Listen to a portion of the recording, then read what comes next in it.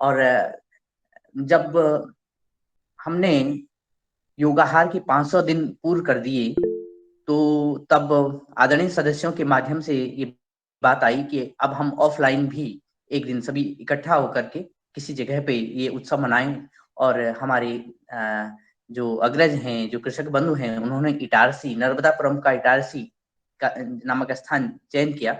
और ये हमारी योगाहार की पहली ऑफलाइन मीटिंग वहां पे हुई 525वें योगाहार उत्सव पर। 7 अक्टूबर को लगभग सभी लोग वहां पे पहुंचे। 8 अक्टूबर को 3 जो आदर्श कृषि जैविक कृषि फार्म हैं उनका भ्रमण किया गया। और 9 अक्टूबर को योगाहार उत्सव प्राकृतिक जैविक खेती पर राष्ट्रीय संगोष्ठी के रूप में मनाया गया। और इसमें मध्य प्रदेश, महाराष्ट्र, बिहार, झारखंड, उत्तराखंड, उत्तर प्रदेश से 250 से अधिक लोगों ने भागीदारी की। और 14 प्रदर्शनियां अलग अलग जैसे बीज, खाद और जो प्रसंस्कृत उत्पाद हैं उनको लेकर के लगाई गई। और इसमें आदरणीय परमार्थ देव जी मुख्य अतिथि रहे। और साथ में आदरणीय हमारे पूज्य बालकृष्ण जी ने आदरणीय पवन सर जी के आह्वान पे ऑनलाइन सभी को संबोधित किया। और अंत में सभी का धन्यवाद किया आदरणीय मुन्नीलाल जी भाई साहब ने। और संचालन वही लगभग सभी सदस्यों के साथ आदरणीय मुन्नीलाल जी भाई साहब के साथ संपन्न हुआ। इस समय जैसे कि आदरणीय पवन सर जी ने कहा है कि नर्मदापुरम घोषणा पत्र तैयार किया गया। और उस घोषणा पत्र से पहले परम पूज्य परमार्थ देव जी की उपस्थिति में जैविक संकल्प लिया गया। जो जैविक संकल्प था 9 अक्टूबर 2022 को मां नर्मदे की तट पर, वो कुछ इस तरह से था कि मैं अपने खेत, अपने बीज, परंपरागत भोजन संस्कृति, जल एवं समस्त प्राणियों को पोषित करने वाली जैव विविधता का संरक्षण एवं संवर्धन करूंगा या करूंगी। जो दूसरा था कि प्राकृतिक जैविक खेती को 100% बढ़ावा देकर धरती माँ और भोजन को जहर मुक्त करना। तीसरी बात थी योग और आहार को हर व्यक्ति तक पहुंचाना, हर घर तक पहुंचाना और इसमें सहयोगी बनना। एक बात ये भी इस संकल्प में रखी गई कि अपने जो क्षेत्रफल है खेती का, उसके अनुसार बीघा, एकड़ या हेक्टेयर में की जो जमीन है उसको पूर्णतः जैविक बनाने का संकल्प। फिर था जो फसल अवशेष हैं, जो बहुत बड़ा एक हल्ला होता है और ये देखने में भी आता है कि फसल अवशेषों को जलाया जाता है। तो फसल अवशेषों को न जलाकर उसको चारा के रूप में और या खाद के रूप में परिवर्तित करना। और छठवां संकल्प था कि जो गौ संरक्षण के लिए धरती पर गौ संरक्षण, मिट्टी में केंचुआ व जो सूक्ष्म जीव हैं, और आकाश में मधुमक्खियों को सुरक्षित करना। सातवां संकल्प था अपने क्षेत्र में जैविक गांवों की स्थापना करना। और आठवां था एक किसान के रूप में जैविक अनाज की उत्पादन का संकल्प। और अंत में ये कहा गया, ये संकल्प लिया गया कि एक उपभोक्ता के रूप में यथासंभव जैविक उत्पादन खरीदने का संकल्प लिया गया। उसके साथ ही जब ये कार्यक्रम आगे बढ़ा तो हमारे जो नर्मदापुरम के किसान कृषक बंधु थे और साथ में सभी जो आदरणीय सदस्य वहां पे वो उपस्थित थे, उन्होंने कुछ बिंदु इकट्ठा किए अपने अपने तरह। और ऐसे 7 बिंदु थे जिसमें 7 बिंदुओं को आपकी आज्ञा के अनुसार मैं आगे पढ़ता हूँ। और इन्हीं 7 बिंदुओं को लेकर के 10 बिंदु का एक घोषणा पत्र तैयार किया गया। जो प्रारंभिक जो आदान प्रदान से जो हमें जो 525 दिनों तक जो सीख मिली, और उसके आधार पर जो कृषक बंधुओं ने या स्वयं सेवियों ने जो अनुभव किया, उसको 7 बिंदुओं में कलेक्शन किया गया। किसी भी क्षेत्र में व्यवहारगत विकास के लिए निरंतर वार्तालाप और समुचित प्रतिक्रिया आवश्यक होती है, जो कि योगहार में निरंतर चल रही है। और राष्ट्र की प्रगति में कृषि विकास के माध्यम से कृषक और भागीदारी के रूप में महत्वपूर्ण भूमिका निभाता है। कृषक एक भागीदारी के रूप में महत्वपूर्ण भूमिका निभाता है राष्ट्र के विकास में। कृषकों द्वारा प्रयोग में लाई जा रही कृषि क्रियाओं व तकनीकों पर सावधानी पूर्वक दस्तावेज तैयार करना आवश्यक है। कृषकों द्वारा किए जा रहे सफल नवाचारों का प्रचार प्रसार करने से युवाओं में खेती के प्रति लगाव होता है, लगाव पैदा होता है। नवाचार में लगे कृषकों को प्रोत्साहित करके युवाओं में खेती के प्रति मोहभंग की स्थिति का समाधान पाया जा सकता है। विभिन्न जलवायु क्षेत्रों के किसानों को विचार विमर्श हेतु अवसर दिए जाने पर वे नई ऊर्जा के साथ काम करते हैं। कृषकों द्वारा अपने उत्पादों को जैविक प्रमाणिकता के बारे में बताए जाने पर उपभोक्ता वर्ग स्वास्थ्य के प्रति जागरूक होकर स्वस्थ भोजन की पहचान सरलता से कर पाता है।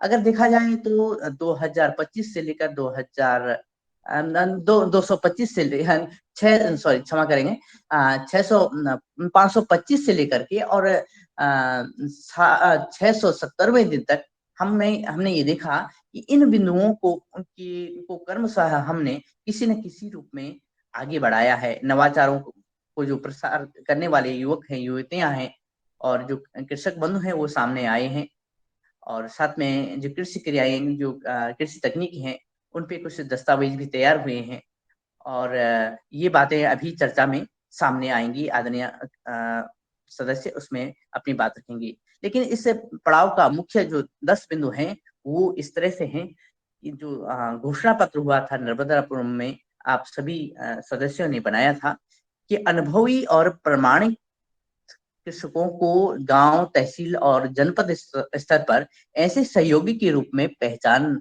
मिले जो लोगों के उत्तम स्वास्थ्य के लिए खेती करता है। उसे फैमिली डॉक्टर की तर्ज पर फैमिली फार्मर के रूप में अपनाने की स्वस्थ परंपरा को प्रोत्साहन मिले। ये पहला बिंदु था कि फैमिली फार्मर के रूप में हम किसान को अपनाएं ताकि हमारी परंपरा स्वस्थ परंपरा को प्रोत्साहन मिले। जो परंपरागत बीज के संरक्षण, निरंतर उत्पादन और नई प्रजातियों के निर्माण में लगे किसानों के लिए बीज बैंक, उत्पादन इकाई और पाठशालाएं विकसित की जानी चाहिए। ये दूसरा बिंदु था।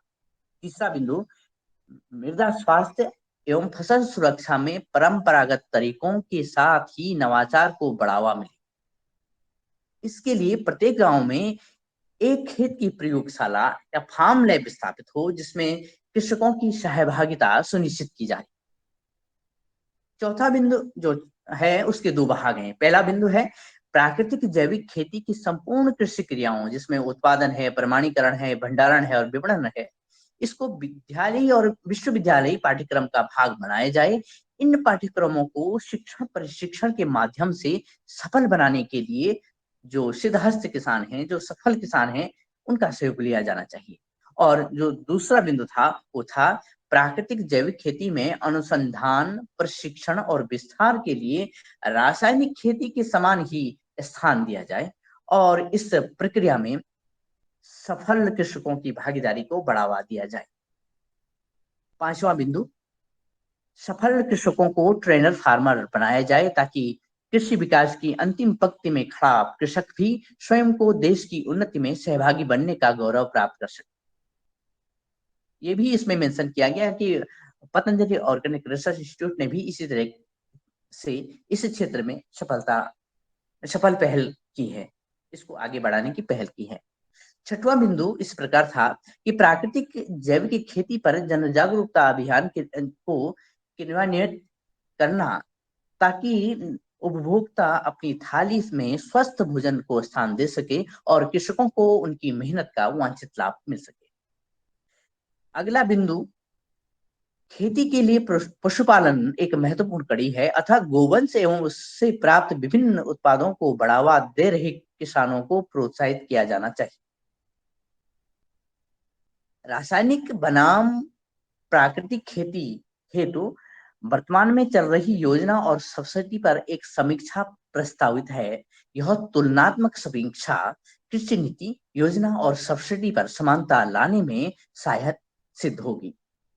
और जो इसके बाद का बिंदु है वो है किसानों को अपने प्रमाणित उत्पाद बेचने, उपभोक्ता तक सीधी पहुंच बनाने, शहरी ग्रामीण क्षेत्र के विभिन्न स्थानों पर साप्ताहिक जैविक हाट, बाजार, मंडी के लिए स्थान सुनिश्चित करने तथा स्टार्टअप जैसी सुव्यवस्थाओं से मार्केटिंग में सरलता लाने की पहल को प्रोत्साहित किया जाना। मार्केटिंग के लिए मंच की उपलब्धता ही जैविक खेती का सफल मूल मंत्र है। और जो अंतिम बिंदु था, चयनित मानदंडों एवं पारदर्शिता के आधार पर उत्कृष्ट कृषकों को नीति निर्माण में भागीदार बनाया जाना। तो ये आदरणीय सदस्य, ये 10 बिंदु थे जिनको हमारे नर्मदापुरम के इटारसी के कार्यक्रम में सभी आदरणीय सदस्यों के द्वारा जब ये बनाया गया तो इसको सभी ने पढ़ा और सभी ने इसको साझा किया था। मैं इन शब्दों के साथ आदरणीय मुनीलाल जी भाई साहब के पास पहुंचता हूं कि इन बिंदुओं को, जो ये 10 बिंदु हैं, इनमें हमने क्या क्या कार्य किए, क्या क्या कार्य किए जा रहे हैं और क्या क्या कार्य किए जाने की संभावना आगे है। जी धन्यवाद, प्रणाम। बहुत सुंदर। आज 525 में युवा उत्सव कार्यक्रम का जब घोषणा पत्र और संकल्प पत्र का वाचन किया जा रहा है तो उससे ही याद आता है कि हम सब ने घोषणा पत्र में क्या क्या जो आपने पढ़ा है, हम सब ने पढ़ा था, संकल्प भी लिया था, और इस विषय पे कितना हम जो है कुछ कर पाए हैं, कितना रह गया है और क्या करना चाहिए। इस विषय पे हम आज संवाद करते हैं सदन से।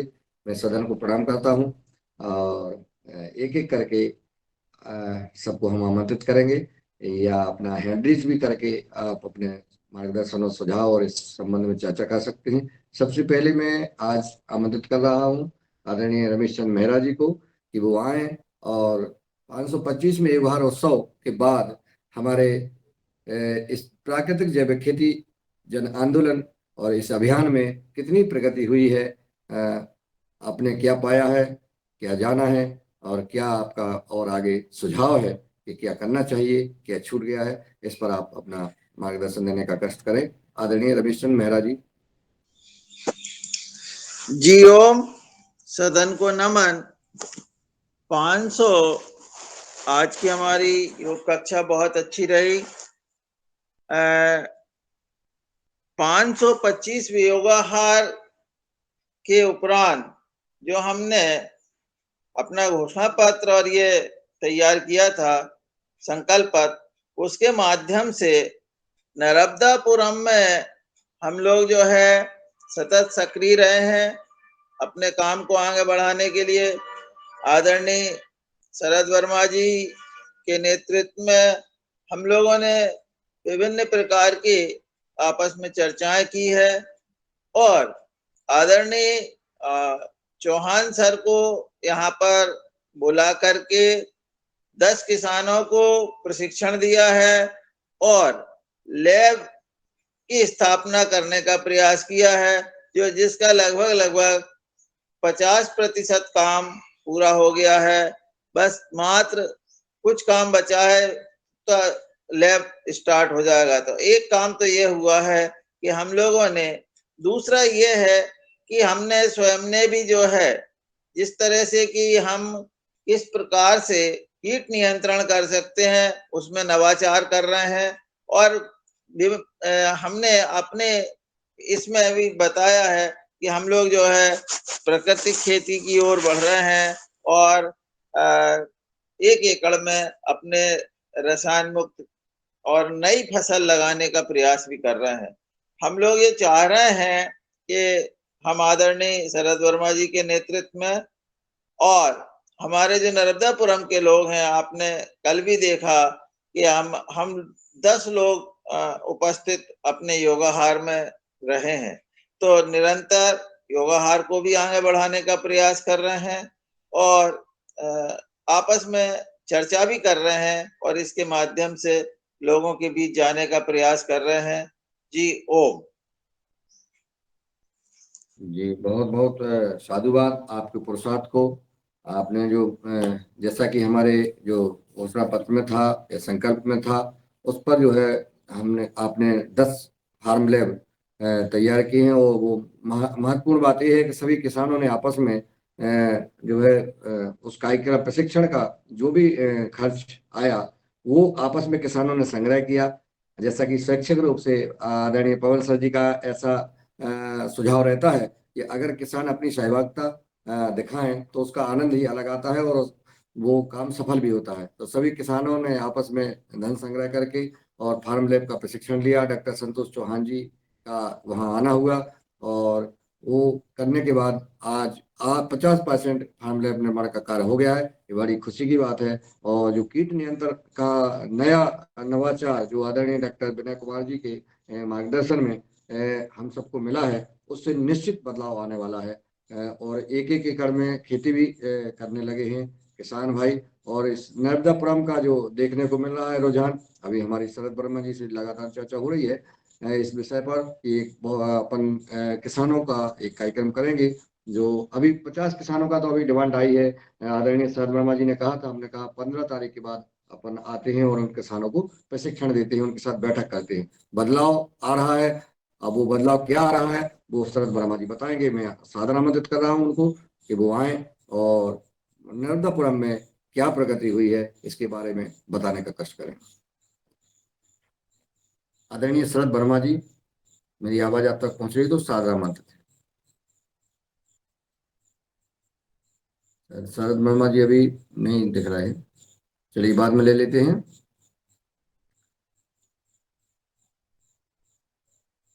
आदरणीय भगवान दास कुशवाहा जी जबलपुर से जुड़े हुए हैं। मैं उनको चाहूंगा कि वो आए और यानी कि उत्सव कार्यक्रम 525वें के बाद आपने क्या किया, क्या सोचा और क्या कर रहे हैं और क्या करना चाहते हैं, बताने का कष्ट करें। जी आदरणीय, मेरा सभी विद्वत जनों को प्रणाम, ओम, वंदन, अभिनंदन। आज की योग क्लास बहुत अच्छी रही और अभी मैं थोड़ा घोषणा पत्र का वाचन हो रहा था तो थोड़ा दूसरी जगह हो गया था, पूरा नहीं सुन पाया। फिर भी जो अपना 525वां योगाहार दिवस अपन ने मनाया, उससे हमको भी और सभी को प्रेरणा मिली और लगातार हम अपने योगाहार कार्यक्रम के माध्यम से रोज नई सीख ले रहे हैं, जिसमें अब रोज हम किसानों से चर्चा करते हैं लगातार। जब से अपना कार्यक्रम हुआ है कि हमारा कार्यक्रम हुआ था उधर, और हम लोग आधा एकड़ में 1 एकड़ में जरूर जैविक खेती करें। और जब तक शुद्ध आहार नहीं होगा तो हम स्वस्थ नहीं रहेंगे, और स्वस्थ नहीं रहेंगे तो हमारे सारे कार्यक्रम काम अपनी पूरी गति से नहीं कर पाएंगे। तो इसी प्रकार निरंतरता के साथ योग के बारे में और आहार के बारे में हमारा चलता रहता है। और अभी जो स्वामी जी का अभियान चल रहा है ग्रामीण आरोग्य केंद्र का, तो उसमें अभी मैंने 3 जगह का ऑफर हमारे जो वो है पतंजलि के अधिकारी, उनको दे दिए हैं नाम। तो वो उधर जल्दी से जल्दी, एक अपना तेंदुखेड़ा के पास तारादेई है, उधर एक बरेला, एक भेड़ाघाट, ऐसे 3, और 1-2 पे और चर्चा चल रही। तो उसमें भी हम, जिसमें हमारा स्वदेशी का अभियान और शुद्ध सामान घर घर तक पहुंच पाए, इसके लिए भी मैं निरंतर लगा रहता हूं। और अभी हमने जो योग आहार से सीखा है, तो मैंने अभी 13-14 एकड़ में उड़द लगा रहा, तो 7 एकड़ में लगा चुका हूं, जिसमें 2 एकड़ के हमारे उड़द जम के तैयार हैं। तो उसमें हमने पीले वाले टैप मंगा के ऑनलाइन मंगाए हैं, जो 275 रुपये में 25 आए। तो उनको कल हमने 2 एकड़ के खेत में 24 लगा दिए हैं, और कुछ अगर कमी लगेगी तो उसमें और लगाएंगे, जिससे हमारा जो छोटी वाली थ्रेप भुनगी बोलते हैं, वो उसमें कल लगाते ही हमको पता चल गया कि इसमें कुछ, हमने उस सब ऐसा हिला के देखा तो उसमें तुरंत चिपकते थे वो, जो थोड़े मोड़े अभी आवक हो गई है उनकी, वो तो जमते ही तक जमा पौधा और थ्रिप्स लगने लगते हैं। तो वो लगाए हैं हमने, और लगातार कुछ सीखते रहते हैं और लोगों को प्रयास भी कर रहे कि ज़्यादा से ज़्यादा हमारा जैविक कार्यक्रम आगे बढ़े। और इसी के साथ मेरा सभी को ओम वंदन अभिनंदन। और साथ में सभी को अभी जो सर्दी खांसी का वो बढ़ रहा है तो उसमें हम जिसको ज़्यादा सर्दी है तो स्वसारी गोल्ड कैप्सूल 2 खोल के शहद के साथ ले लें और ब्रोंकॉम टैबलेट आती है उसको 4 बार दिन में एक एक करके 4 बार चूस लें। गुरुदेव चेट बॉक्स में डाल देना इसको। जी गुरुदेव इसको चेट बॉक्स में डलवा दें। जी जी जी आदरणीय, वो ज्यादा मेरे से लिखना नहीं आता, मैं बालक से करवा दूंगा। तो इसको ले लेते हैं तो हमारी सर्दी खांसी जो अभी मौसम का चल रहा, और एक और हमारी बुखार के लिए नई दवा आ गई है जो हमको टैबलेट लेना पड़ती थी एलोपैथिक बुखार उतारने के लिए, काम्बिफ्लेम वगैरह, तो वो नहीं लेने पड़ेगी। फीवोग्रेड एक नई दवा बना दी स्वामी जी ने, फीवोग्रेड बुखार के लिए, तो वो ले लेते हैं तो बुखार जैसी समस्या का समाधान भी हो जाता है। तो ऐसा अगर हम लोग करते हैं, और एलोपैथी अगर आप लेंगे तो वो नई बीमारी जरूर तैयार करती है, तो एलोपैथी से बचें और अपना आयुर्वेद ही लें। और अपने पास बहुत बढ़िया विकल्प है जो स्वामी जी ने पूरे देश में पूरी दुनिया में उपलब्ध करा दिया है, तो उसी का हम उपयोग करें। और इसी के साथ मेरा सभी को ओम वंदन अभिनंदन प्रणाम। जी धन्यवाद आदरणीय भगवान दास कुशवाहा जी, आपने अपने कीट प्रबंधन का जो कार्य शुरू कर ही दिया है। यही परिणाम और जो हमारा संकल्प पत्र और घोषणा पत्र में था उस पर हम निश्चित है चल रहे हैं। मैं चलता हूँ आदरणीय शरद वर्मा जी के पास, वो उपस्थित हो गए हैं। और मैं चाहूंगा कि शरद वर्मा जी, नर्मदापुरम में क्या बदलाव आया है, क्या कार्यक्रम चल रहे हैं और क्या आगे होने की संभावना है।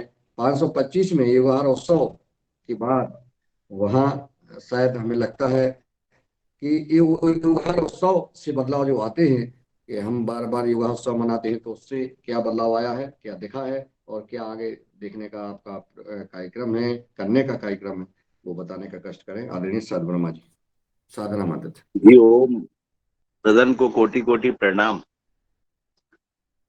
हमारे यहाँ जो अपना कार्यक्रम हुआ था उससे नर्मदापुरम में काफी बदलाव आए। यहाँ की सरकार की जो सोच है वो बदली। आज यहाँ पे जो कृषि मेले लग रहे हैं, कृषि मेले जो लग रहे हैं और जो बहुत सारे कार्यक्रम वो जैविक हो रहे हैं। जैविक उत्पाद का कृषि मेला भी बनखेड़ी में लगा हुआ था, जिसमें अपने मानसिंह गुजर साहब भी आए हुए थे, सभी लोग उपस्थित हुए थे। तो काफी यानी सरकार की जो हमारे जिले के जो अधिकारियों की सोच को उस कार्यक्रम ने बदला। यहाँ पे हम लोग और अपने मेहरा साहब कई जगह जेबी की क्लास लेने गए हम लोग। मुन्नीलाल सर के साथ अभी एग्रीकल्चर कॉलेज गए थे हम लोग। तो यहाँ की जो सोच है वो चेंज हो रही है, इतनी तेजी से परिवर्तन आ रहा है। अभी हम लोग मुन्नीलाल सर जी को 3 कार्यक्रम में बुला चुके हैं अभी, है। और अभी चौथा एक गांव है रूपापुर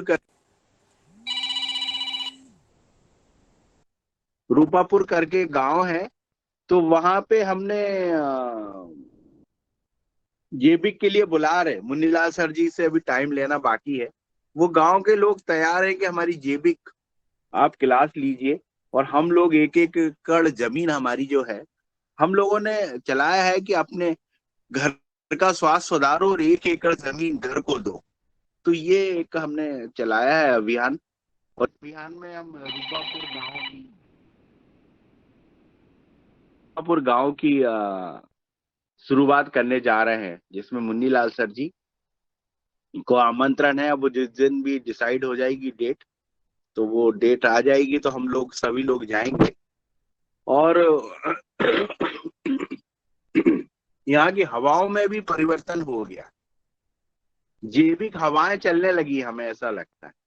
सभी लोग जैविक आहार, जैविक पे बात, जैविक हर चीज, यानी जिले में इतना परिवर्तन है कि आप पूछिए मत। यानी आप सोचिए कि मेहरा साहब ने भी 1 एकड़ में तरबूज जैविक लगाया हुआ है, जो खेत इतनी दूर है, और उन्होंने 1 एकड़ इसी कार्यक्रम की प्रेरणा लेके उन्होंने और पूरा पूरा पूरा पूर्णतः तरीके से जैविक किया है कि इस बार तरबूज जो है योगाहार के सदस्यों को जैविक रूप से खिलवाना है, ये उनका वादा है। और बहुत अच्छे तरबूज हैं, उनकी बेल तैयार हो रही है और सभी तरफ बड़ा जोर शोर से चल रहा है।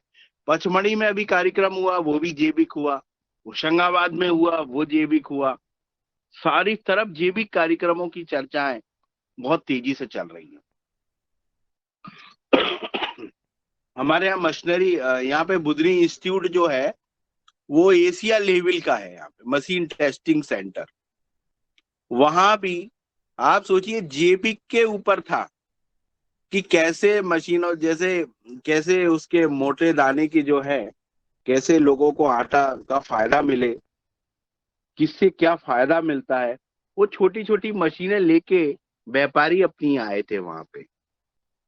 कोदो है, कुटकी है, कि कैसे उसका आप लोग अपने जीवन में इस्तेमाल करेंगे, उसके लिए छोटी छोटी किचन की मशीनें, जैसे अपना जो छोटी सी मशीन किचन के अंदर रखा जाए और वो अपना, जैसे किसी को कुटकी का आटा खाना है या सावा का अपना खीर बनानी है, तो वो तुरंत उस मशीन में डाले और निकाल ले। और कॉस्ट बहुत कुछ, उनकी कॉस्ट बहुत ज्यादा नहीं थी। वहां 32,000 से लेके 18,000, 32,000 की छोटी छोटी मशीनें थी, जो आंगनबाड़ी की महिलाएं वगैरह भी उनको चला सकती हैं, ऐसी मशीनें थी वहां पे। और नए जैविक, अभी हम लोगों का जो कद है और पद है वो इस योगाहार कार्यक्रम ने काफी बढ़ा दिया है। जहां चर्चाएं अगर जैविक की होती है जिले के अंदर, तो वहां हम लोगों को अवश्य बुलाया जाता है। और इस योगाहार के कम से कम 5-6 सदस्य हमेशा उस कार्यक्रम में उपलब्ध रहते हैं। मेहरा साहब हो गए, रघुवंशी हो गए, अपने राजपूत भैया हो गए, ऐसे सब लोग मिलके यानी एक योगाहार का मंच जो रहता है वो हर जगह इनवाइट रहता है और बुलाया जाता है। गौ संरक्षण के तरफ हम लोग पशु आहार बना रहे हैं, तो जो गौ की जो संख्या है वो कम ना हो, ये बात पे भी हम लोग ध्यान दे रहे हैं। और अभी मनीष जी ने जैसे ड्राई डेयरी के लिए एक प्रोजेक्ट लेके आए हैं, वो भी काफी अच्छा और मनीष जी ने लाए हैं। तो ऐसे काफी जुड़ रहे हैं। अभी इस सदन में कुछ दिन से अशोक भैया भी जुड़े, वो भी काफी जैविक की तरफ लौटने का विचार बना रहे हैं और सतत है।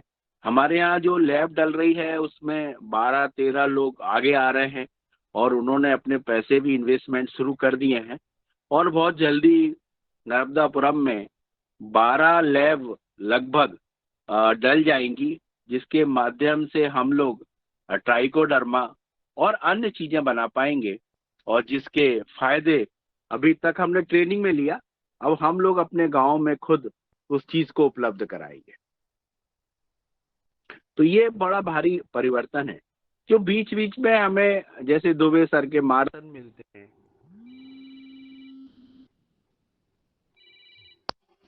दुबे सर के जो मार्गदर्शन मिलते हैं वो काफी उपयोगी रहते हैं। और सभी के, अभी दिनेश सर ने इतने अच्छे अच्छे लोगों को लेके आए, तो काफी अच्छा वो मिला, हम लोगों को आइडियाज मिलते हैं। तो उन्हीं ये योगाहार कार्यक्रम की बदौलत ही हम लोग इतना इसका प्रचार प्रसार कर पा रहे हैं।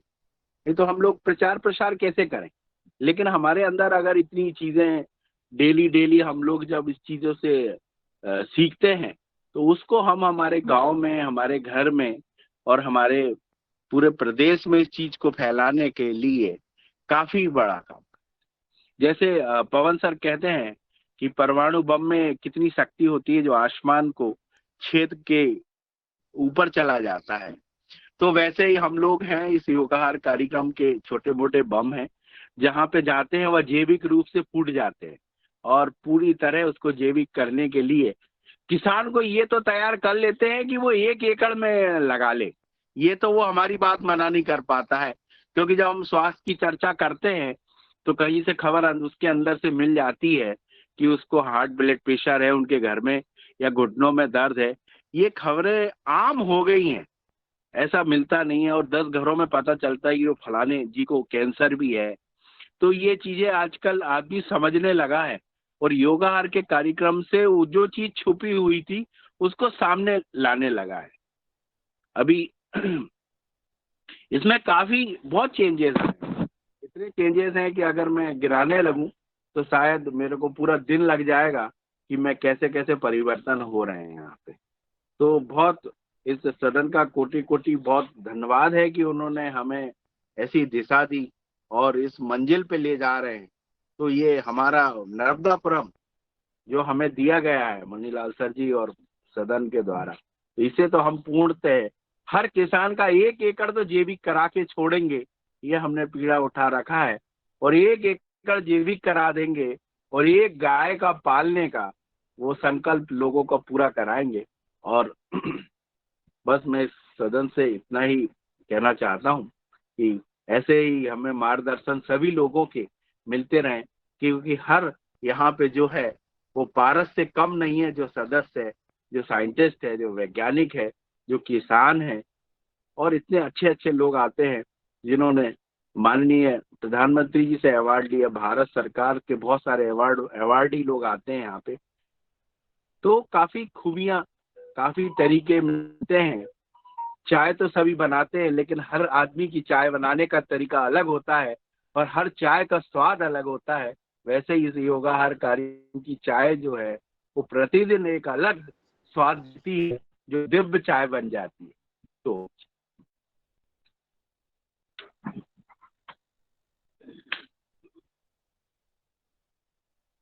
आपने आदरणीय मंदिरलाल शरद सर आप वर्मा जी जी, आपका बहुत बहुत साधुवाद है। और दैनिक युवा उत्सव कार्यक्रम जो इटारसी में मनाया गया था, हमें लगता है कि उस कार्यक्रम से नर्मदापुरम में, जैसा आपने बताया, बहुत प्रगति हुई है। सोच बदलना ही हमारा उद्देश्य था, ना कि हम हर जगह कर नहीं सकते हैं। युगाहार, पतंजलि युगाहार परिवार का उद्देश्य था कि सोच बदले, किसानों के प्रति सोच बदले, सरकार की सोच बदले, आम संस्थानों की सोच बदले, और वो बदली। और वो देखने को ऐसे प्रैक्टिकल देखने को मिलता है। उदाहरण के तौर पर मैं एक दो विश्वविद्यालय की, महाविद्यालय की बात करें, जब सिवनी महाविद्यालय, हमारे शैलेश यादव जी जो ये दैनिक युगाहार कार्यक्रम के सक्रिय सदस्य हैं, उनका कॉल आता है कि भाई जी, शासकीय कुसुम महाविद्यालय संस्थान एक कार्यक्रम करना चाहते हैं, जैसा अपन ने इटारसी में किया है, ऐसा बुक कराना चाहते हैं। हमने कहा ये बहुत अच्छी बात है कि विश्व महाविद्यालय में एक ऐसी प्रेरणा मिली है, तो उन्होंने एक कार्यक्रम सिवनी मालवा में किया, और वहां पर सुबह 2 दिवसीय योग शिविर और इसके बाद किसान संगोष्ठी महाविद्यालय प्रांगण में हुई, जिसमें साइंटिस्ट जबलपुर से और अन्य जगह से आए, समाज सेवक आए, छात्र और छात्राएं रहीं, किसान आए, और 2 दिन का बहुत अच्छा कार्यक्रम हुआ। अन्य जगह जो कृषि विभाग के जो विभिन्न सेंटर हैं, जो महाविद्यालय हैं, उनमें भी बदलाव आया और उनके द्वारा विभिन्न जगह कार्यक्रम कराए गए, जहां आदरणीय शरद जी ने जैसा बताया कि हम लोग आपस में जब मिलते हैं, देखते हैं वहाँ, तो ऐसा लग रहा है कि अब नर्मदापुरम जैविक नर्मदापुरम बनेगा और हर किसान 1-1 एकड़ में जैविक खेती करने के लिए तैयार है और करना शुरू कर दिया है। अब मैं अगले वक्ता के रूप में मैं चाहूँगा कि नर्मदापुरम से ही आज संवाद कर लेते हैं, फिर अगले दिन हम अन्य साथियों से करेंगे। रूप सिंह राजपूत जी सदन में उपस्थित हैं, नर्मदापुरम से हैं, और मैं चाहूंगा कि वो आए और दैनिक युगहार उत्सव कार्यक्रम के बाद अपन ने क्या परिवर्तन किया है, क्या बदलाव आया है, और क्या आगे आपने सोचा है, उस पर आप बताने का कष्ट करें। आदरणीय रूप सिंह राजपूत जी, रोहिना, जिला नर्मदापुरम से आवाज आ रही है तो अनम्यूट कर लें और अपनी बात रखें। शायद रूप सिंह तक आवाज नहीं पहुंच रही है, तो मैं सीधा चलता हूं आदरणीय रामकृष्ण रघुवंशी जी। रामकृष्ण रघुवंशी जी सदन में उपस्थित हैं, मैं उनको सादर आमंत्रित करता हूं, नम्रता के साथ, विनम्रता के साथ, कि वो आए और अपना अनुभव शेयर करें। युवा उत्सव कार्यक्रम, युवा इस कार्यक्रम जो चल रहा है उस पर आप क्या आपको मिला है, क्या आपने किया है, और क्या करने वाले हैं, क्या योजना है मन में, वो भी बताने का कष्ट करें। जी ओम, और जैसा कि आपने कहा है कि नर्मदापुरम में क्या क्या बदलाव हुए हैं और क्या क्या अनुभव हुए हैं, कुछ तो शरद भैया ने आपके साथ शेयर किए हैं, कुछ मेरे पर्सनल अनुभव भी रहे हैं कि जिन जिन लोगों तक हमारी अप्रोच हुई, जो लोग वहां पहुंच पाए और जो नहीं पहुंच पाए, उनको जब वहां के वीडियो हमने शेयर किए तो अंदर से एक ही बात निकल के आई कि भाई ये इतना बड़ा प्रोग्राम हुआ और हम समय नहीं दे पाए। तो अपने आप में एक जो किसी इंसान को गिल्टी होती ना, गिल्टी फील, अपने आप को जो हीनता महसूस होती है कि ये मैं चूक गया, तो लोगों को गिल्टी फील्ड हुई कि इस कार्यक्रम में हमें जाना था। और इस कार्यक्रम में जाने के साथ साथ में आप लोग इसमें, अभी आधे से लोगों को, बहुत सारे लोगों को जो जागरूक है उन्हें तो पता है, लेकिन एक आखिरी वाली रो में ऐसा भी व्यक्ति रहता है कि जैसे उसके बारे में कुछ पता नहीं होता है। तो उत्सुकता भी बढ़ी लोगों की, और एक एक एकड़ का जो प्रोग्राम था कि एक एक एकड़ में हम लोग अपना ऑर्गेनिक फार्मिंग शुरू करें। और इसमें से बहुत अच्छी बात तो है कि कुछ लोगों ने शुरू कर दी है, और कुछ लोगों ने शुरू करने के साथ साथ में कुछ लोगों ने हमारे यहाँ से अभी अर्थवॉर्म, अभी केचुओं की खरीदारी की है। तो अभी उनके पास समस्या थी कि अभी इसको बढ़ाएं कैसे, आप हमारे लिए बेड की व्यवस्था कर दें, आपके देने के आहार में कोई ऐसी सप्लाई चेन है क्या, या आप सप्लाई करते हैं। मैं, हम लोग कोई दुकान नहीं है, बेचते नहीं है, हमारा किसान को ही व्यापारी बनाना है, ऐसे काम करना है। तो उनको मैंने उत्तर प्रदेश से वर्मी बेड बुलवा के दिए और उनको धीरे धीरे से इसकी शुरुआत की। फिर एक प्रश्न उठ के आया गाय का कि भैया अभी अच्छी नस्ल की गाय कैसे मिल सकती हैं। अब जैसे हम लोगों ने तो इकट्ठी बुलवाई थी 5-5, 7-7 गाय, तो वो हमको तो गाड़ी भी सस्ती पड़ गई थी वहां से, गंगानगर से सुजालपुर आई, सुजालपुर से फिर दूसरा ट्रांसपोर्ट हुआ, गाय को 2 बार रेस्ट दिया। लेकिन कोई किसान है अभी उसको साहिवाल गाय चाहिए और उसकी अप्रोच गंगानगर तक नहीं है, और एक सिंगल गाय लाने में से बहुत तकलीफ होती है। तो वो उनका दूसरा प्रश्न आया कि भैया आपका कोई प्रोग्राम के माध्यम से देने की होगा से गाय के लिए कहीं कोई व्यवस्था है क्या। तो हमने कहा कि आपको एक एक नहीं, 4-5 किसान मिलके अगर आप लाएंगे, इसको कॉर्पोरेट कल्चर बोलते हैं, अगर आप संगठित रूप से कोई कार्य करेंगे तो बराबर आपको रेट वाइज भी चीजें सस्ती पड़ेंगी और विक्रय करना भी में भी आसानी होगी। अब जैसे देसी गाय का मामला है तो हमारे यहाँ पे सिर्फ एक कामधेनु सेंटर है इटारसी में, बाकी ऐसा कोई, जितनी भी यहाँ देसी गाय होती है जिनकी ब्रीडिंग उधर पे होती है गंगानगर में, वहां से यहाँ तक लाने में खर्चा बहुत अधिक हो जाता है। अभी इसे ब्रीड मल्टीप्लिकेशन में कोई भी काम नहीं कर रहा है। तो गाय संवर्धन का भी जो कार्यक्रम है उसको भी इससे बल मिलता है। अब हम में से किसी न किसी को आगे आके बीएमएफ प्रोजेक्ट को चालू करना पड़ेगा।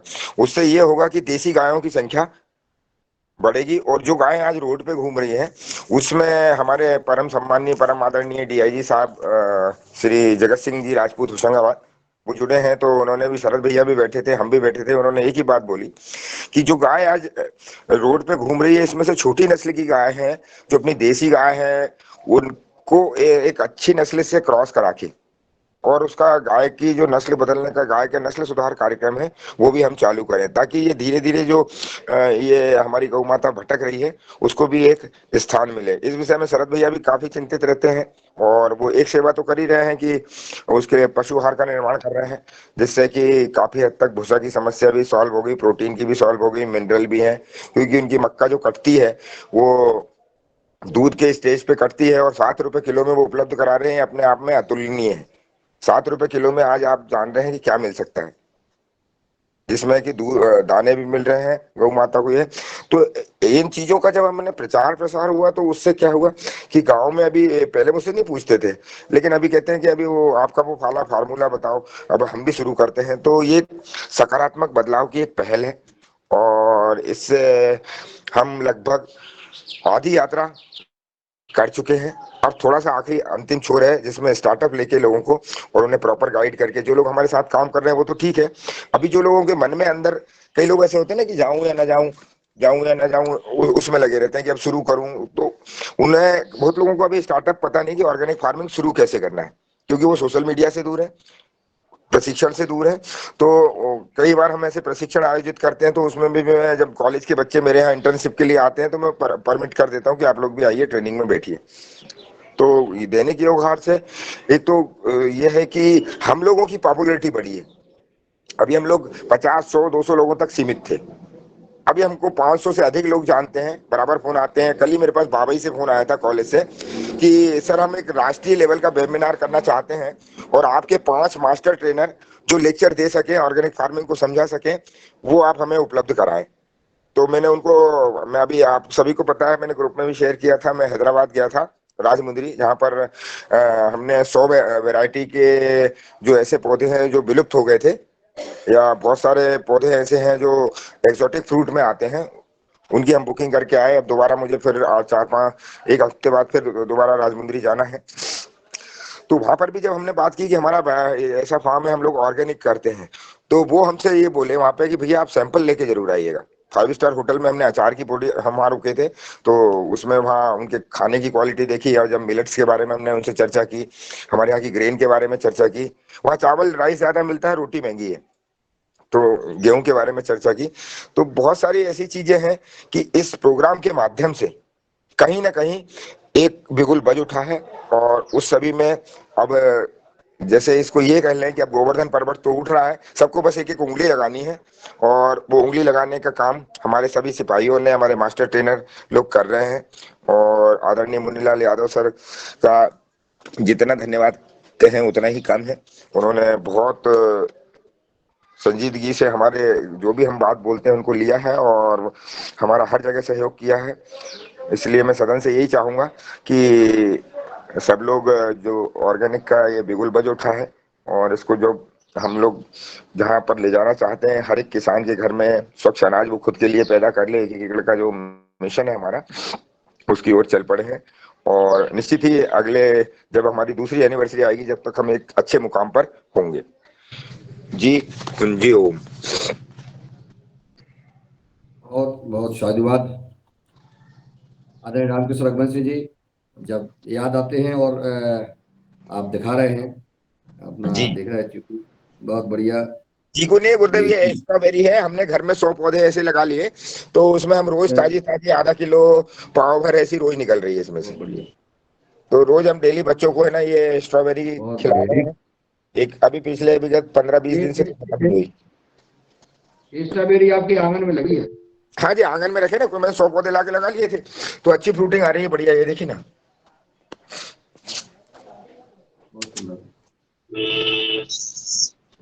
ये सब दूर पूरे अच्छे बढ़िया बढ़िया फल रोज हमको है ना, सुबह सुबह 250 ग्राम 200 ग्राम, और अच्छा साइज भी अच्छा लिया है उसने। अगर आप इसका साइज देखें, ये साइज लिया है इसने।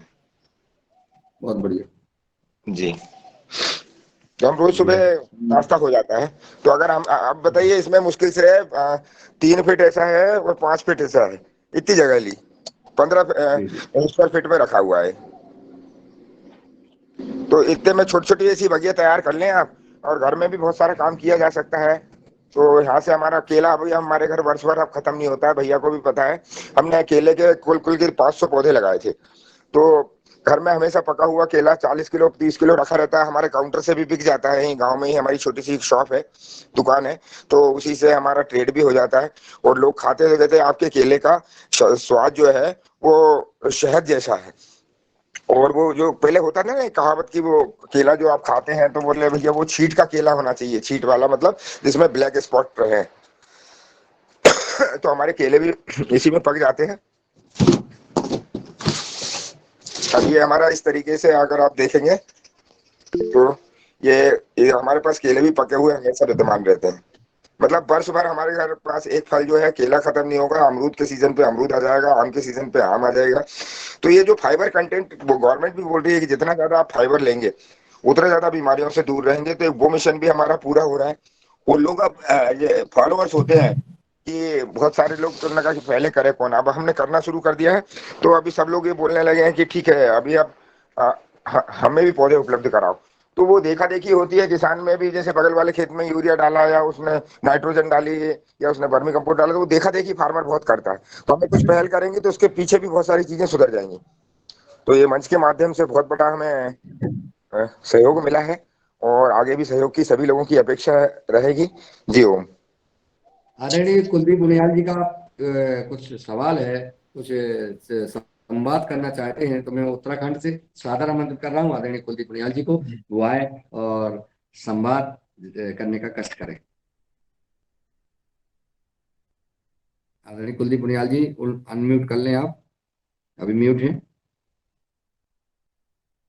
मेरी आवाज नहीं पहुंच रही क्या? चलिए पहुंच जाती है। मैं रामकृष्ण रघुवंशी जी से एक और बात पूछना चाहता हूँ कि जब हम आपके फार्म हाउस पर गए थे तो मैं और रमेश चंद्र मेहरा जी थे, शरद वर्मा जी थे, शैलेश यादव जी थे। वहां पे गए, देखा, रात में भोजन हुआ, जैविक भोजन हुआ, और पुरानी पद्धति जो पत्ते पर रख करके, जो केले के पत्ते पर रख करके जो स्वादिष्ट भोजन का आनंद लिया, उसके बाद क्या बदलाव आया है और क्या आपने किया है, तो वो भी हमें, क्योंकि आपकी फोटो वगैरह देखने को मिलती है, तो उसके बारे में भी आप बताने का कष्ट करें। जी, जैसे हम, मैं भैया को भी पता है और आप लोगों को पता है, शरद जी भी बहुत अच्छे से जानते हैं कि मुझे अगर कोई मिशन एक दे दिया जाता है तो मैं शिद्दत से फिर वो घोड़े की तरह, जैसे घोड़ा उसमें दौड़ता है ना तांगे में, या शादी वाले घोड़े को देखा होगा आपने, उसकी आंख आंख में दोनों साइड की तरफ एक पट्टी लगा दी जाती है ताकि उसको सामने ही सीधा दिखे। तो मुझे सिर्फ वही लक्ष्य दिखता है। तो इसके बाद मेरा एक लक्ष्य था कि मैं नक्षत्र वाटिका बनाऊं। तो वो नक्षत्र वाटिका में 27 नक्षत्र हैं, 12 राशियां हैं। तो 12 राशियों के 27 नक्षत्र के जो पौधे हैं, 27 पौधे अलग अलग प्रकार के, उसका मैंने निर्माण किया है आपके जाने के बाद। फिर आपके जाने के बाद इंटीग्रेटेड फार्मिंग का मॉडल में, नीचे पानी, पानी में मछली पालन, उसके ऊपर पक्षी, पक्षी की बीट गिरेगी तो वो मछली खाएगी उसको, ऊपर ये अपना पक्षियों का पालन, और उसके ऊपर रिजॉर्ट है, उसके ऊपर आप गेस्ट रूम है। तो इस मॉडल को डुप्लीकेट करता जा रहा हूँ। तो आप जब भी आएंगे एक बार इस मॉडल को भी देखें। तो उससे हमने निकाला है 400 स्क्वायर फीट में तैयार किया है। पानी के ऊपर एक फैब्रिकेशन का स्ट्रक्चर है और उसके ऊपर हट है, गेस्ट अतिथियों को रुकने के लिए स्थान। तो उसमें हमने रेवेन्यू निकाला है ऊपर का छोड़ के नीचे वाला कि 3 महीने में 1,80,400 स्क्वायर फीट से हमारा रेवेन्यू बन जाएगा। ये सबसे बेस्ट कंडीशन में बता रहा हूँ, मतलब सबसे निचली कंडीशन में, जिसमें राजहंस का पालन है। राजहंस पक्षी लोग शौक के लिए खरीदते हैं, तालाब में तैरते हुए अच्छे लगते हैं और बहुत इसकी डिमांड है। हमारे यहाँ पूरा भी छत्तीसगढ़ से सप्लाई हो रहा है। तो अभी उस दिशा में भी हम काम कर रहे हैं। और कुछ हमने यहाँ पे जो जिला पंचायत है उससे हमें मुनगा के पौधे तैयार करने का ऑर्डर मिला है, और अच्छी कोई किस्म का हम बीज बाहर से मंगवा रहे हैं शरद जी के माध्यम से। तो वो भी तैयार करके हमको यहाँ पे जिला पंचायत में देना है। और हम इतना अच्छे काम कर रहे थे कि NRLM से भी हमें ऑर्डर मिलने लगे, और NRLM भी, आजीविका मिशन भी हमसे जुड़ गया। फिर आपके माध्यम से आदरणीय मुनीलाल यादव सर के सहयोग से कॉलेज के बच्चों को इंटर्नशिप का प्रोग्राम ऑलरेडी शुरू हो गया है। इसके बारे में आपको पता है। यहाँ से कॉलेज के बच्चे बच्चियां दिन भर के लिए इंटर्नशिप करने के लिए आते हैं, दूसरे चले जाते हैं, फिर दूसरे दिन आते हैं, ऐसे करके 7 दिन का प्रोग्राम होता है जो कि हम 3 दिन में करा देते हैं उनको। तो नए बच्चे, जो नई पीढ़ी, जो नया पौधा निकल रहा था, वो उसके मन में जैविक को लेके जितने प्रश्न थे वो दूर हो गए। वो भी कहीं ना कहीं किसान के बच्चे हैं, तो उनका अब मेरे पास फोन आता है कि अब हमें 1 एकड़ में शुरू करना है, तो कैसे करना है सर, क्या सपोर्ट मिलेगी। तो बहुत सारी ऐसी चीजें अब निकल के आ रही हैं, एग्जीक्यूट हो रही हैं। तो जिससे कि जो आप अब जब दर्शन करने आए थे यहाँ पे, जब आप भोजन करके गए थे, तब से अभी आप देखेंगे तो आपको बिल्कुल पूरा बदलाव नजर आएगा। बहुत सारी परिस्थितियां बदल गई हैं, और आम में फलन आ गया है। आप आम खाने के लिए, केले खाने के लिए, और अमरूद भी आ गया है थाईपिंग, तो अमरूद भी खाने के लिए सादर आमंत्रित हैं। जी ओम। जी आपका जो आपने अपना किसी फार्म पर जो है एक प्रशिक्षण सेंटर बना दिया है, ये अब कितने किसानों को इससे लाभान्वित करेंगे आप, कितने किसानों में बदलाव आएगा? और सबसे महत्वपूर्ण बात है कि बच्चों में आपने जो अंकुर डाल दिया है प्राकृतिक जैविक खेती का, ये उद्देश्य यहाँ पूरा हो रहा है। अब बच्चे करने लगे हैं, जो महाविद्यालय के छात्र और छात्राओं में जो प्रशिक्षण लेने की जो इच्छा जाहिर हो गई है, और वो आप यहाँ कर रहे हैं, विभिन्न जगह आप कर रहे हैं, और आपसे चर्चा भी हो रही है। ये हमारे युवा कार्यक्रम की बहुत बड़ी उपलब्धि है। जो हमारे महाविद्यालय सभी संस्थान ऐसा करने लगेंगे तो बदलाव कौन रोक सकता है। और मैं आदरणीय हाजी रामकृष्ण जी। हाँ, और एक और आश्चर्य की बात मैं आपको बताऊंगा कि जितने भी हमारे मास्टर ट्रेनर हैं, आप लोग भी करते हैं, तो जब तक कोई चीज का पेमेंट नहीं होता है, या हम आप देखते होंगे अक्सर बात को बोलते हैं कि निःशुल्क निःशुल्क एक बात चलती है। निःशुल्क कुछ भी नहीं है दुनिया में। अगर आप फ्री कोई चीज मिलती है तो उसकी कोई कदर नहीं होती। जब जैसे मुझे कॉलेज से फोन आया कि सर वो हम ऐसे ही हम लोग जैविक की ट्रेनिंग करना चाहते हैं, तो उसका क्या शुल्क क्या रहेगा, तो मैंने बाकायदा उसका शुल्क प्रति बच्चा 1,000 रुपये रखा था। फिर वो उन्होंने कहा कि भाई आप सर हमारे अभी बच्चे किसानों के, आप कुछ डिस्काउंट कीजिए। तो फिर हमने उसको सिर्फ 100 रुपये कम करके 900 रुपये प्रति बच्चे में हमने उनको ट्रेनिंग दी। तो वो जो पैसा खर्च हुआ उनके पास से, उनको बर्थ पता चली कि आज ये प्रशिक्षण की कीमत, हमने जो आज ज्ञान हासिल किया उसके लिए पेमेंट कर रहे हैं, तो बराबर वो ध्यान से बैठ के उन्होंने काम भी किया। 2-3 बच्चियां हैं जिन्होंने अभी कुछ फोटोग्राफ मुझसे शेयर किए हैं, वो स्क्रीन पे अभी शेयर नहीं कर पाऊंगा मैं, टाइम लग जाएगा उसको निकालने में। I don't know the process कैसा होता है वो। तो उन बच्चियों ने अभी काम इस पे शुरू कर दिया। अब उसके आधार सी है कार्बन कैसे बनेगा, हमें कार्बन पे ध्यान रखना है। तो कार्बन के लिए उन्होंने, कोई ऐसी लैब नहीं है दुनिया में, कोई ऐसी संस्था नहीं है, कोई ऐसा साइंटिस्ट नहीं है जो कार्बन को लैब में बना सके। वो प्राकृतिक रूप से विघटित होकर ही बनता है। तो उन बच्चों को ये बात समझ में आई, तो सबने अभी अर्थवॉर्म पे, वर्मी कंपोस्ट पे काम चालू कर दिया है। और जो घर की छोटी बगिया का मैंने उनको आइडिया दिया था, उस पर भी काम चालू कर दिया है। तो सबसे बड़ी बात यह है कि ये चार्जेबल रखा मैंने, फ्री में नहीं किया उनको। प्रति बच्चा मैंने फीस रखी। तो उससे क्या हुआ कि हमारे जो मास्टर ट्रेनर अन्य जगह पे काम कर रहे हैं उनको भी बूस्टअप मिलेगा, बाकी संसाधन इकट्ठे होंगे। और हमने कहा कि ये प्रशिक्षण सेंटर को और हम सुंदर बनाएंगे। और अगली बार जब भी आप कोई टॉपिक वाइज रखेंगे, जिसमें हम अलग अलग मधुमक्खी पालन से लेके मछली पालन, गौशाला, ऐसे अलग अलग लेक्चर रखेंगे। अभी बाबई में एक लेक्चर रखना है जिसके लिए मैं आपकी इजाजत चाहूंगा, राष्ट्रीय लेवल का। तो उसमें हमें हमारे 5 मास्टर ट्रेनर की आवश्यकता पड़ेगी, और उनकी फीस मैंने ऑलरेडी उनको बता दी है, वो पेमेंट भी करेंगे। तो जो मास्टर ट्रेनर 30-30 मिनट हमारे इस पर दे सकें और एक लेक्चर दे सकें, कृपया वो सूची भी मुझे उपलब्ध करा दें। तो विद इन 4 और 5 डेज वो कार्यक्रम को शेड्यूल करना है। इसलिए गुरुदेव आपसे आज्ञा चाहूंगा, और मुझे 4 ट्रेनर और प्रोवाइड करें आप, जो कि कॉलेज के बच्चों को अलग अलग टॉपिक पे, क्योंकि मैं सारे टॉपिक पे कर नहीं सकता, इसलिए अलग अलग टॉपिक पे, अलग अलग विषय पे हम उन्हें इसका प्रशिक्षण दे पाए। जी ओम। जी आप जो है इससे सदन की कार्रवाई के बाद अपन चर्चा कर लेते हैं, और उस पर अपन 5 ट्रेनर को चयनित करके और उस संस्थान को भेज देते हैं। बहुत बड़ी बात है, ये बाबई में जो है एक कार्यक्रम हो जाए, सिवनी मारवा में होगा, इधर बाबई में, तहसील लेवल पे विभिन्न ये कार्यक्रम होते रहेंगे, तो किसानों में और बच्चों में बदलाव आएगा। आदरणीय कुलदीप पुनियाल जी ने हैंड रेज किया था, अगर वो सदन में मेरी आवाज उन तक पहुंच रही हो तो वो सादर आमंत्रित हैं, वो सदन से संवाद करने का कष्ट करें।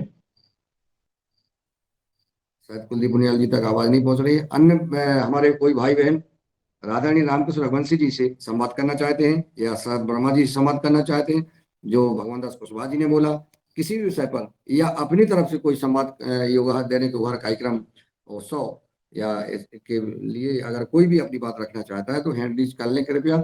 मैं राजश्री कुशवाहा तक आवाज पहुंची रही हो तो बहन आमंत्रित हैं आप अपना अनुभव शेयर करें। जी आदरणीय डी शर्मा जी हिमाचल प्रदेश से आपको सादर आमंत्रित कर रहा हूँ कि आप आए और अपना जी। हाँ, गुड मॉर्निंग जी सभी को। आज का ये आपका जो कार्यक्रम चल रहा है, इसमें जो हमारे रामकृष्ण जी एक प्रशिक्षण संस्थान, इनका लोग आते हैं और यहाँ स्टूडेंट ने भी प्रशिक्षण लिया है। और ये जो ये जो मास्टर ट्रेनर की बात कर रहे थे, 5 मास्टर ट्रेनर, ये ऑफलाइन है या ऑनलाइन चाह रहे हैं, क्या चाह रहे हैं ये लोग? ये ऑनलाइन प्रशिक्षण होगा अभी। उनमें आपको आधा आधा घंटे का लेक्चर का भी पेमेंट मिलेगा। अच्छा, ऑनलाइन का ही है ये, राष्ट्रीय लेवल का है। तो आप, हाँ, इसके लिए जब समय हमें बता दें तो इसमें मैं भी उसमें शामिल होना चाहूँगा, अगर आप चाहें तो। टॉपिक्स मुझे बता दें और उस टॉपिक्स पे मैं आधे घंटे का जो लेक्चर होगा वो ऑनलाइन देने के लिए मैं अपनी सहमति व्यक्त करता हूँ। अगर अच्छा लगे तो ठीक है, अदरवाइज तो वहीं नहीं पे नहीं, कोई हो बिल्कुल तो। आप सादर आमंत्रित हैं। अभी हम गुरुदेव से ये सेशन खत्म होने के बाद में टॉपिक सेलेक्ट कर लेंगे, उस विषय पे शरद जी से भी चर्चा कर लेंगे। यादव साहब भी, हम सब लोग आपस में चर्चा कर लेते हैं कि जो जो टॉपिक है उनमें से कौन किस टॉपिक पे लेक्चर करेगा, और इसके बाद डिसाइड कर लेते हैं। यादव साहब जैसा भी आदेश करेंगे और वैसे उसको शेड्यूल हाँ, कर लिया जाएगा। ये और ये आपका जो ये प्राकृतिक खेती के बारे में ही चाहते हैं ना प्रशिक्षण? Organic farming, natural farming plus integrated model से रिलेटेड, मतलब कुल मिला के जो विषय रहेगा वो जैविक खेती को लेके केंद्रित रहेगा। बिल्कुल ठीक है, बिल्कुल ठीक है। और साथ में ये जो पूरा आपका कार्यक्रम चल रहे हैं, जैसे कह रहे कि 1 एकड़ में आप लोगों को प्रेरित कर रहे हैं, उनके लिए उनकी भावनाओं का कदर करते हुए, या जो भी प्रशिक्षण में आते हैं उनको उत्साहित करने के लिए या उनकी जिज्ञासा को पूर्ण करने के लिए आप जो काम कर रहे हैं वो आपका बहुत अच्छा है। और इसमें मैं चाहूँगा कि प्रत्येक गांव में जो है इस तरह के 5-6 लोग, अगर हम उनका एक क्लस्टर बनाएं और उस क्लस्टर के माध्यम से उनको एक प्रशिक्षण भी दें, कटर उनके लिए लादूं। सुविधाएं भी मुहैया करवाएं। और साथ में जो आपके वहाँ उस स्तर पे, जो तहसील स्तर पे या खंड स्तर पे जो कार्यक्रम चल रहे हैं, तो मेरा तो यही सबमिशन रहेगी कि जो लोगों को उत्साहित करना है, लोगों को आकर्षित करना है इस जैविक खेती की और प्राकृतिक खेती की तरफ। तो हमें जो है ना, अपने जो आपका मॉडल है, आप कटर लादूं। जहाँ काम कर रहे हैं उस मॉडल को उन किसानों को जो आप समूह बनाएंगे वहाँ तक, वहाँ उनकी विजिट करवाएं, वहाँ उनको प्रशिक्षण दें। और ये जो कार्यक्रम है ये जो NRLM या ब्लॉक स्तर पे या कृषि विज्ञान केंद्र के या कृषि विभाग, जो भी कृषि से संबंधित विभाग है, उन विभागों को इसका एक मॉडल तैयार करके दें कि हम ये कार्यक्रम करना चाह रहे हैं। तो सरकार जो है उसमें जो विभाग, सरकारी विभाग है, वो भागीदार बनेंगे। और साथ में जो कोई गैर शिक्षण संस्थान जैसे आप चला रहे हैं वहाँ, उन गैर शिक्षण संस्थानों को, जो NGOs काम कर रहे हैं, उनको भी उसमें सम्मिलित किया जाए। तो मेरा यही आग्रह रहेगा कि जो समूहों में अगर किसानों को हम इस जैविक खेती के लिए प्रेरित करें, तो ये जो आपका मिशन है, हमारा जो मिशन है स्वच्छ कृषि स्वच्छ भोजन, और जिसमें पेस्टिसाइड और इंसेक्टिसाइड से जो फ्री है, सारा ये जो, क्योंकि सबसे पहले हमें जो मिट्टी हमारी खादों से आदी हो गई है, खादों से जो दूषित हो गई है, उसे वापस लाने के लिए जो हमारा सबसे मूलभूत जो इसका प्रोडक्ट है वो है जीवामृत।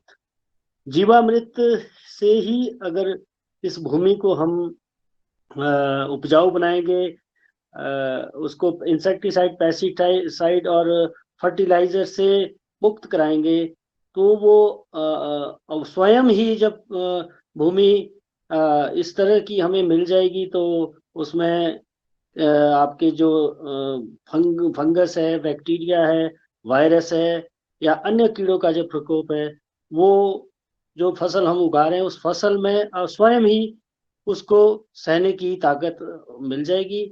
तो मेरा ये आग्रह होगा कि हम जो है विलेज स्तर पे, पंचायत स्तर पे और ब्लॉक स्तर पे इस तरह के जो समूह है वो हम इसको आगे बढ़ावा दें, यही मेरी सजेशन है। बाकी सभी को मेरा साधुवाद, नमस्कार, धन्यवाद। जी सर, बहुत बहुत साधुवाद सर RNDD शर्मा जी। आपने मार्गदर्शन दिया है, सुझाव भी दिए हैं। और जैसा आपने कहा है, सरकारी विभागों की भागीदारी यही हो रहा है कि एनजीओ की भागीदारी और सरकारी विभाग की भागीदारी, हमारी पतंजलि समृद्धि कार्यक्रम, पतंजलि योगाहार परिवार की भागीदारी से यह सब कार्यक्रम आगे प्रस्तावित हो रहे हैं। मैं आदरणीय बने सिंह आर्य जी ने हैंड रेज किया है, मैं उनको सादर मदद कर रहा हूँ कि वो आए और अपना संबोधन, अपने संवाद करने का कष्ट करें। सदन के सभी लोगों को मेरा प्रणाम। रामकृष्ण रघुवंशी भैया से मेरा एक सवाल है कि मैंने आपको जो बताया था वो गाय का चार्ट, उसका भोजन से लेकर के उसको उत्पादन से लेकर के 1 महीने का कोई पूरा चार्ट बनाया क्या आपने या नहीं बनाया है? बने सिंह भैया, आपको पता था मैं 8 दिन से Rajahmundry Hyderabad out of station था। सुबह से एक ही शेड्यूल रहता था हमारा कि वहाँ जैसे अपने होशंगाबाद जिले में गेहूं चना की खेती होती है जी। और मूंग की होती है, मक्के की होती है, ऐसे वहाँ पर राजमुंदरी एक डिस्ट्रिक्ट है, डिस्ट्रिक्ट नहीं तहसील कहेंगे उसको, तहसील है, और वहाँ पे एयरपोर्ट भी है तहसील में। जी। एशिया महाद्वीप का पौधों का गढ़ है, पूरे एशिया महाद्वीप में वहां से प्लांट सप्लाई होते हैं। तो वहां पे हर किसान नर्सरी करता है, हर किसान, और छोटा मोटा एरिया नहीं है वो, करीब करीब 50 किलोमीटर का एरिया है। 50 किलोमीटर के एरिया में हर किसान, कोई अगर स्ट्रॉबेरी पे काम कर रहा है तो कोई मैंगो पे काम कर रहा है तो कोई अमरूद पे काम कर रहा है, तो सबके 5-10 हजार 20 हजार प्लांट। एक किसान का तो है, उसका नाम है पुल्ला करके, उनके उधर ऐसे ही सरनेम चलता है। तो पुल्ला जी की जो नर्सरी है वो 200 एकड़ में, 400 लेबर काम करते हैं वहाँ। तो हम तो पूरी उसको ही विजिट नहीं कर पाए थे 2 दिन में, फिर मेन स्पॉट ही कर पाए, और आधे रह गए हैं जो अब मैं 8 दिन बाद दोबारा जाऊंगा। तो इस वजह से मैं आपका जो गाय वाला जो चैप्टर है वो पिछड़ गया था। तो अभी मैं उस पर काम करता हूँ और आपको चार्ट बना के देता हूँ एक गाय का। वो क्या कि वो अपने प्राकृतिक खेती में बहुत अमूल्य चीज है, वो अपन गाय के जी बारे में जी किसी को जी जी समझाएंगे जी तो। डेफिनेटली। और आपको मालूम है कि अब 2 ही विषय हैं, हम जी लोग पेड़ पौधों के प्रति थोड़ा ज्यादा संजीदगी से काम करते हैं।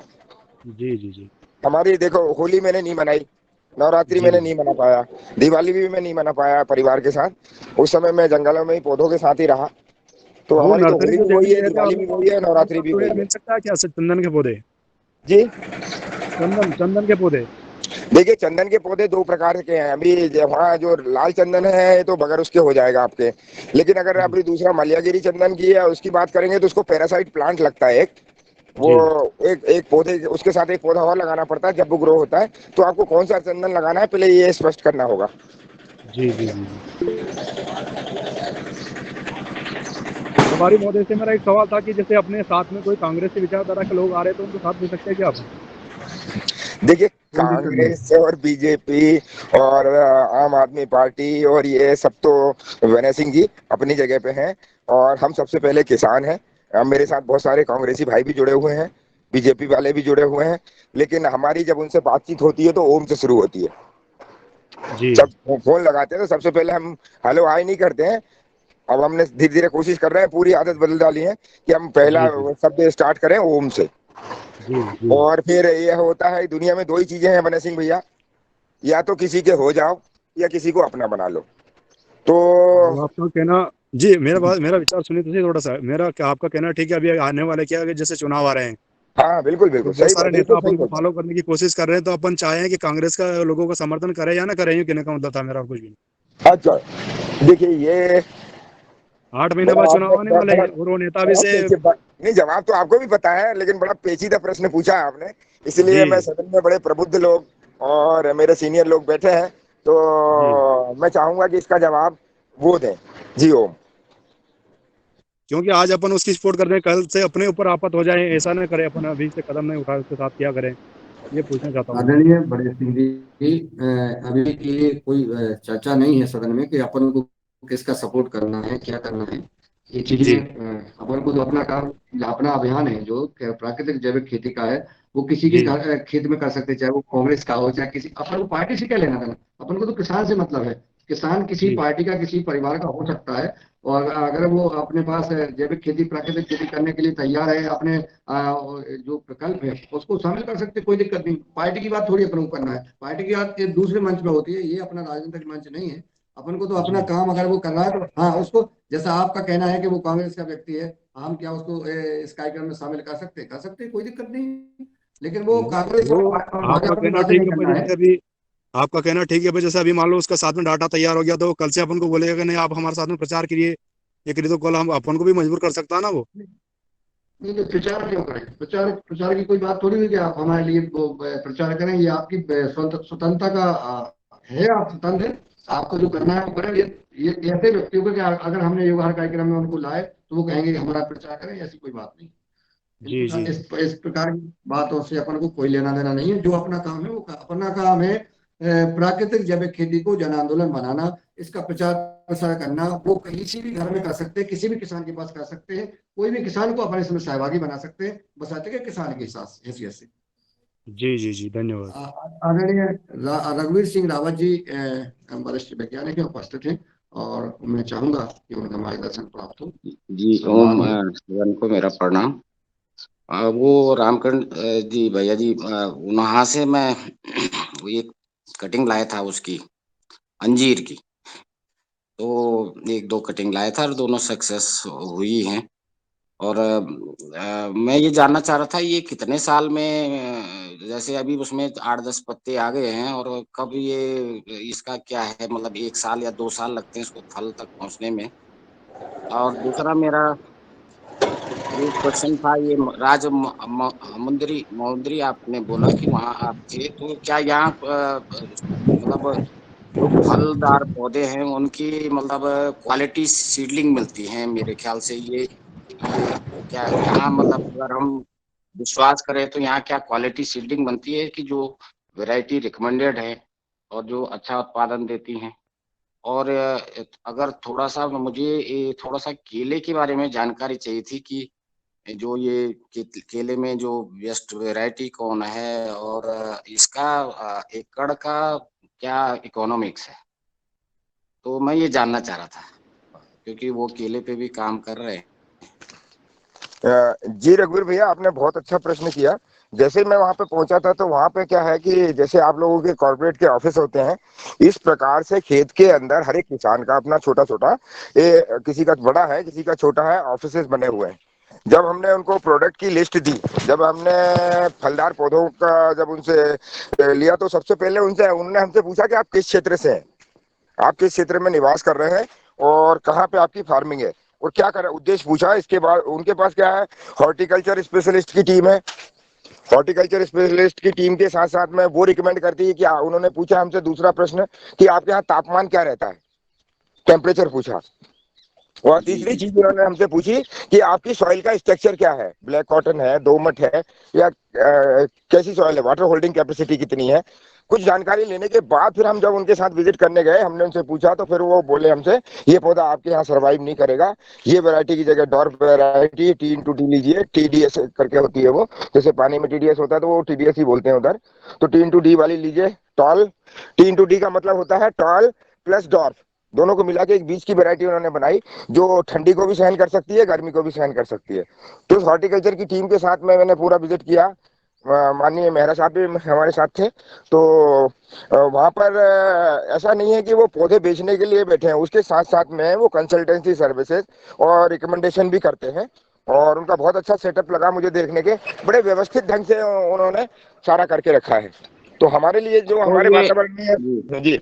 और आप जो का जो ये दूसरा प्रश्न था कि कहाँ आप जो पे हमारे है, यहाँ और से, वो ये सर यहाँ से हमने हैदराबाद की फ्लाइट ली थी। हैदराबाद से डायरेक्ट कोई हाँ, फ्लाइट नहीं थी। हैदराबाद से फिर 1 घंटे की फ्लाइट है, वहाँ की है राजमुंदरी करके एक जगह है। तो अच्छा, ये कर्नाटक ये कर्नाटक में है? आंध्रा की लास्ट बॉर्डर पे ही समझिए आप। अच्छा अच्छा। हम्म। तो ये जैसे माना हमें पौधे लाने हैं तो वहां से सब ट्रांसपोर्ट की व्यवस्था है, वो हो जाएगी मतलब? हाँ हाँ, वो तो उनका अभी अब 3.70 रुपए किलो लोडिंग अनलोडिंग लगता है, और ट्रांसपोर्ट इजीली अवेल है। हमारे यहाँ मध्य प्रदेश में 1200 किलोमीटर उनकी गाड़ी आती है 75 से 80 हजार में, 25 टन की। हाँ, तो जी जी। लेकिन आपका आपका जो पौधा है, जैसे मान लो 20 टन की या 10 टन की भी गाड़ी जो बुलवा रहे हैं, तो उसमें आप अकेला बुलवाएंगे तो शायद नुकसान में रहेंगे। आप कोशिश करें कि कॉर्पोरेट कल्चर में मतलब है ना कि आप 10 किसान नहीं नहीं, या वो कोशिश तो वही मिलके, होगी, गाड़ी आएगी तो पूरी आएगी। पूरी आएगी पूरी आएगी। नहीं तो उसमें आप जी जी। 4-5 किसान हो जाए तो बढ़िया रहेगा, कोई दिक्कत नहीं। उसमें हाँ उसमें तो आपको बहुत सारी चीजों में सहयोग मिल जाएगा। प्लस वहां पर एक वैरायटी में और भी अच्छी देख के आया, लेमन की एक वैरायटी मैंने वीडियो डाला है, शायद आपने देखा होगा। जी। हाँ, नींबू की एक वैरायटी है जिसको आप छिलका सहित खा सकते हैं, और अपने यहाँ के ओह। तापमान में, हाँ, पूरा छिलका सहित ही खाइए, बहुत बढ़िया टेस्टी लगता है। और भी बहुत सारे एग्जोटिक फ्रूट में खा के आया, देख के आया। और वहां पर एक वाटर एप्पल के 3 वेरिएंट मुझे जो देखने को मिले, उनका टेस्ट भी अद्भुत था। तो वाटर एप्पल भी हम टेस्ट करके आए। तो ऐसे हमने 100 प्रकार के पौधे की लिस्ट, अब 99 हो रहे थे, तो लास्ट में मेहरा साहब बोले कि अब 99 क्यों रहे, एक वैरायटी और कर लो, तो पूरे 100 ही कर ले। फिर हमने 100 वैरायटी कर ली, पूरी 100 वैरायटी। जी जी। अभी हम उनको कुछ और पेमेंट ये करके आ गए हैं। जी, तो और अभी मैं 8 दिन और बाद फिर केले के वापस बारे में कुछ। जाने वाला हूँ। जी हाँ, केले का आप बोल रहे थे, तो वहां पे एक जो केले की वैरायटी, उसका वीडियो मैंने शरद जी को दिया है। शरद जी से निवेदन करूंगा वो शेयर कर ले। वहाँ क्या होता है, केला होता है देसी वाला, उसको उल्टा पान की दुकान पे टांग देते हैं। तो सबसे पहले नीचे वाली लाइन पकती है, फिर इसके बाद ऊपर वाली लाइन पकेगी, और फिर इसके बाद उसके ऊपर वाली, सबसे नीचे की दूसरी, ऐसे से पकता जाएगा, खाते जाइए। और मैंने जब खा के देखा तो वो तो उसका छिलका बिल्कुल पेपर की तरह था, और शहद से भी मीठा, इतना और अद्भुत टेस्ट था। प्रोडक्टिविटी। हाँ, प्रोडक्टिविटी एक घेर में उनमें वहां पे मैंने देखे थे 30 से 32 किलो की हो रही है, और अच्छा 80 अच्छा। रुपए दर्जन वहां पे उसकी रिटेलिंग है, 80 रुपए दर्जन, 80 रुपए के 12 पीस जी आते हैं जी। वो। हम्म, अच्छा अच्छा। जी जी। और ये अंजीर, अंजीर क्या दूसरे हाँ, साल में फल देगा? ये अंजीर आपने कौन से वाले पौधे में से कटिंग ले गए थे? आपका जहाँ पे वो रास्ता नीचे को आता है ना, वहीं पर से 2 पेड़ थे वो। अच्छा, वो जो तालाब के थोड़ा पास नीम के पेड़ के नीचे, जहाँ बस पे, आपका जो ऊपर सेटअप बना हुआ है उसके थोड़ा नीचे जो सीढ़ियाँ हैं वहाँ पे। अच्छा अच्छा अच्छा, ठीक ठीक है। वो तो आपका हाँ। अगले साल ही फ्रूटिंग पे आ जाएगा, क्योंकि उसकी एज ऑलरेडी 3 साल हो चुकी थी। अंजीर हम लगाते हैं तो एक, अगर मान लो टीन टू डी में जाएंगे, टॉल प्लस डॉर्फ वैरायटी, तो उसमें आपका सेकेंड ईयर से ही फ्लावरिंग शुरू हो जाएगा। एक वेरिएंट है जिसमें तीसरे साल में आता है। अच्छा अच्छा। तो आपके यहाँ तो और वो अगले जो साल ही फल जी दे देगा। जी, हम्म। स्ट्रॉबेरी क्या ये विशिष्ट वैरायटी है? क्योंकि हमारे यहाँ पे स्ट्रॉबेरी की दूसरी वैरायटी है, वो लगभग खत्म होने पे आ गई है। मतलब आप कह रहे हैं कि अभी लग रही है, और जबकि वहाँ गर्म भी है, क्योंकि हाँ, उसकी बहुत ज्यादा। बहुत टेम्परेचर है, आपने देखा होगा। और अभी हाँ हाँ। मैंने शायद आप देख नहीं रहे होंगे, वीडियो दिखाया भी था लगते हुए। मैं फार्म हाउस पे आ गया हूँ, और अभी घर पे था तो आंगन में रखी हुई थी। और यहाँ पे भी कुछ शायद पेड़ रखे हैं, बच्चों ने खा गए होंगे, क्योंकि अभी ये बच्चे काम करते तो मना तो हाँ हाँ, करते नहीं है। मैंने भी लगा रखी है गमले में, तो हम भी 3-4 हम्म, गमलों में लगा रखी है, तो अच्छी होती है। लेकिन वो हम्म। यहाँ ये पे तो खत्म होने को आ गई। अब वहाँ अब हो रही है, तो मैंने कहा क्या कोई दूसरी वैरायटी शायद प्लेन में चलती है, क्योंकि हाँ, हमारे नहीं यहाँ तो थोड़ा ठंडा भी है ना अभी। नहीं, ये वैरायटी एक्चुअली मैंने वहाँ पुणे पुणे से आई थी मेरे पास। ये देखिए, ये अभी फ्रूटिंग पे है, ये देखिए, ये खेत में लग रही है, और अच्छी बढ़िया फल आ रहे हैं। और जबकि तापमान यहाँ बहुत तेज है। ये थोड़ा पीला है हमारे यहाँ, पीला क्या लाल ही है। हाँ हम्म, ये देखिए, जी। ये इस तरीके से पीला नहीं, अभी पका नहीं है पूरा। तो इस तरीके से कुछ फ्रूट्स मैंने यहाँ पे रख लिए थे फार्म हाउस पे। हाँ हाँ। मेरे पास जो लोग विजिटर आते हैं, किसान अपना व्यवसाय भी बना सकता है ना, जिस विधा में आप पारंगत है, उसकी कुछ चीजें अपने व्यापार के लिए तैयार कर लीजिए। तो बहुत सारे किसान में से खरीद के भी ले जाते हैं। जी जी कल मीना जी जी एएसआई महोदय आए थे थाने से, तो उन्हें भी स्ट्रॉबेरी खरीद के ले गए। जी हम्म, जी एक केस के सिलसिले में वो निरखी आए हुए थे हमारे पास, जी, तो यहाँ धन्यवाद। से। हम्म। और ये जो केला है ऊपर जो है, ये वीडियो मैंने शरद जी को शेयर किया था, उन्होंने शेयर कर लिया है। ये बिल्कुल केले से पतला है, और ये पान की दुकान पे मैं आगे देखिए, इस वीडियो को जरा ध्यान से देखिए, थोड़ी देर बाद ये वीडियो मूव होगा। सामने एक दुकान है, उस पे जो रखे हुए हैं, और नीचे से एक लेयर पकेगी, फिर दूसरी पकती है, फिर तीसरी ऐसे करे लेयर वाइज पकता है वो। तो आप घर लाके टांग लेंगे, और रोज अच्छा रोज अच्छा, ताजी नेचुरली नेचुरली पकता है वो। हाँ, ग्रेजुअली पकता है, रो वाइज, हाँ, एक पर साथ। नेचुरली है ना, नहीं तो अदरवाइज तो हम्म। इथिपोन और ये इसका प्रयोग होता है केला पकाने के लिए। अरे वो इथिलीन वाला पाउच डाल के कभी मत पकाइएगा ना, खुद खाइएगा उसको। वो अपने आप में, गुरुदेव, कैंसर का बाजार बम में है। तो वही आता है। हाँ, बाजार में तो सभी वो कैंसर के हाँ बम बट रहे हैं, इसलिए वो। हाँ, वो तो जी बट ही जी रहे हैं, अब इसमें एक दो मत क्या है। जो बात है वो सरलता से, सहजता से, सीधे से कह दो, इससे बढ़ के क्या है। अब किसी को अच्छा लगे या बुरा लगे, हम तो ये कहते हैं कि बाजार में जितनी चीजें आज जो कमर्शियली आ रही हैं वो तो कुछ भी खाने लायक नहीं है। चाहे पपीता का मामला देख लो, चाहे एप्पल का देख लो, कुछ भी देख लो आप। वो एक भैया को आम पकाना था, 5 पैकेट वो इथिलीन के डाल दिया उसमें, रात भर में पीला है, झमाझम आम हो गया। क्या खाओगे आप उसको? वो क्या करेगा? पेट में कल्याण करेगा क्या? तो ये देखिए, ये केले की फोटो देखिए, ये वीडियो जो चल रहा है, इस तरीके से ये ग्रेजुअली पकता है। जी जी, धन्यवाद। रो वाइज, और एक 30 किलो से ऊपर की घेर होती है। ये वैरायटी भी मैं लेके आया, वहां बुक करके आया हूँ। 8 दिन बाद जाके लोडिंग करवाऊंगा, फिर साथ में लेके आऊंगा। अब ये कितने का पौधा मिलता है वहाँ? ये पौधा उन्होंने हमको कोड किया है 37 रुपए, 37। और लोडिंग अनलोडिंग भाड़ा सब अलग है। और बाद में इसी से निकल जाएंगे ना पौधे तो? अरे आप तो दो लगा लो, 2 के तो 2000 हो जाएंगे। हाँ ठीक है ठीक है।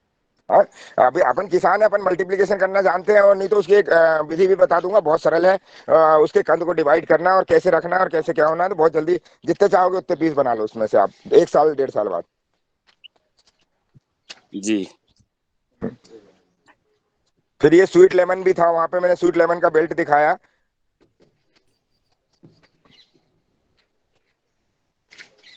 वहाँ एक पौधा हमने है, मतलब हमको एक सबसे महंगा पौधा पड़ा, वो 50,000 से अबव का पड़ा। 50,000 का एक ही प्लांट लेके आए हम। एक पौधा 50,000? हाँ हाँ, वो बहुत दुर्लभ पौधा था। कौन सा? पीला पलाश है, जो नक्षत्र वाटिका है उसमें एक हमारा पौधा लगा। हाँ 50,000 का। जी जी, 50,000 का एक पौधा है।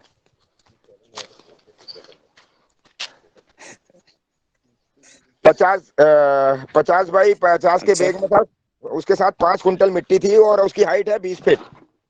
और आपका पैर की पिंडली है, इतना मोटा है। ये देखिए, ये जो वीडियो चल रहा है ऊपर, शरद जी दिखा रही है, ये 50,000 का पौधा जो स्क्रीन पे वीडियो चल रहा है। तो ये क्या ये कोई कमर्शियल प्लांट है कि वैसे ही है ऑर्नामेंटल? नहीं नहीं, ये पीला कमर्शियल है कि ऑर्नामेंटल है? नहीं, देखिए, पीला पलाश नक्षत्र वाटिका के लिए लेके आए हैं हम, जो 27 नक्षत्र के पौधे हैं। ये प्रॉस्पेरिटी का साइन है अपने आप में। ये दुर्लभ है, रेयर ऑफ द रेयरेस्ट है ये। और ये इसके बाद सफेद आता है, वो भी दुर्लभ की प्रजाति में आता है। मध्य प्रदेश में 3 जगह इसको रेखांकित किया गया, एक विदिशा, फिर एक गोरखपुर और एक जगह छिंदवाड़ा। तो एक जगह तो लोगों ने तांत्रिक प्रयोग कर करके उसकी चमड़ी निकाल के उसको सुखो दिया है। एक ही जगह है, और वो स्टील से कवर करके रखा है गवर्नमेंट ने उसको। तो वहाँ बहुत सारे ऐसे रिसोर्सेज हैं जहाँ से आप दुर्लभ चीजें ला सकते हैं। तो इसलिए वो तो मैं तीर्थ यात्रा पे गया था, इसको तीर्थ कह सकते हो आप। और हम लोगों के लिए तो तीर्थ यात्रा ही है। और अभी जैसे हम क्या करते हैं, अभी एक नए कंसेप्ट पे जा रहे हैं। इसका ये जो मोरिंगा है, ये मुनगा है, अब इसकी लीफ के ऊपर थोड़ा काम शुरू कर रहे हैं। सरल भैया ने आदेश दिया है, एक मेडिसिन बनाना है, तो अब उस पर भी काम शुरू करते हैं। ये बस ये सनलाइट का प्रेम है। इस पौधे को आप कभी भी वाटर लॉगिंग एरिया में ना लगाएं। वाटर लॉगिंग होगा तो ये सब पत्ते गिरा देगा अपने। इसकी आप चाय बना के, ये मुफ्त में प्रकृति ने दिया है, चाय बना के घर में रोटियों में डाल डाल के इन पत्तियों को तोड़ के और बढ़िया आटे में गूंद लें, तो दुनिया का कोई ना तो फल खाने की जरूरत है, ना फ्रूट खाने की जरूरत है, ना न्यूट्रिशन लेने की जरूरत है। इसकी ORAC 50,621 है, जिसको ओरिक वैल्यू बोलते हैं। जैसे ट्रैक्टर को नापते हैं ना हम HP से, 25 हार्स पावर का, तो 50 हार्स पावर का। तो ऐसे ही न्यूट्रिशन में अगर हम जाते हैं तो इसकी ORAC, जिसको ओरिक वैल्यू कहा जाता है मेडिसिनल लैंग्वेज में, तो वो 50,621 है, जो कि हिमालय में रोजमेरी होती है उससे 50 टाइम्स अधिक है। दूध इसमें आपका कैल्शियम, दूध के अंदर जो कैल्शियम होता है वो इसमें 4 गुना है। गाजर में जो विटामिन A होता है वो भी 5 गुना है। आयरन इसमें 26 गुना है। तो ये सुपर फूड में आता है मोरिंगा। इसलिए मैं शुरू से 4-6 साल से भी ज्यादा हो गया है, 8 वर्ष से ऊपर हो गया यहाँ ये वाले प्लॉट में प्लांट किए हुए।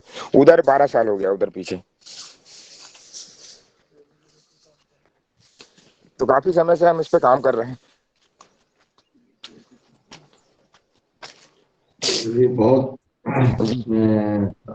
बढ़िया संवाद हुआ। ये गुरुदेव, आप ये देख लेना, ये देखिए, ये है स्वीट लेमन। ये T/D है, टॉल प्लस डॉर्फ को मिला के उन्होंने वैरायटी बनाई है। और ये जो आपको वीडियो में दिख रहा है ये स्वीट लेमन है, और इसको आप छिलके सहित अपनी जामुन जैसे से थोड़े से बड़े नींबू आते हैं इसमें, और आप छिलके सहित खाओ तो अद्भुत स्वाद है। आपका पाइनएप्पल भी फेल है उसके आगे। तो इस तरीके से वहाँ जो वीडियो चल रहा है, जो मैंने वीडियो ये मैंने खा के दिखाया, देखो आपके सामने। तो ये आपके फार्म पे आने वाले हैं सब? हाँ हाँ, ये सब मैं ना, अरे टोटल वो तो बहुत, दो गाड़ी करी हमने, एक में बन नहीं रहे थे, तो 2 गाड़ी की बुकिंग है। चलो ठीक है। जी जी, ये जो ऊपर वीडियो में दिख रहा है ना, ये स्वीट लेमन का बेल्ट है पूरा। वहाँ फार्मिंग लोग ऐसे करते के हैं। फार्म पे आ जाएगा तो वहां से हम लेते रहेंगे। अरे आपका ही है सब कुछ, इसमें क्या है।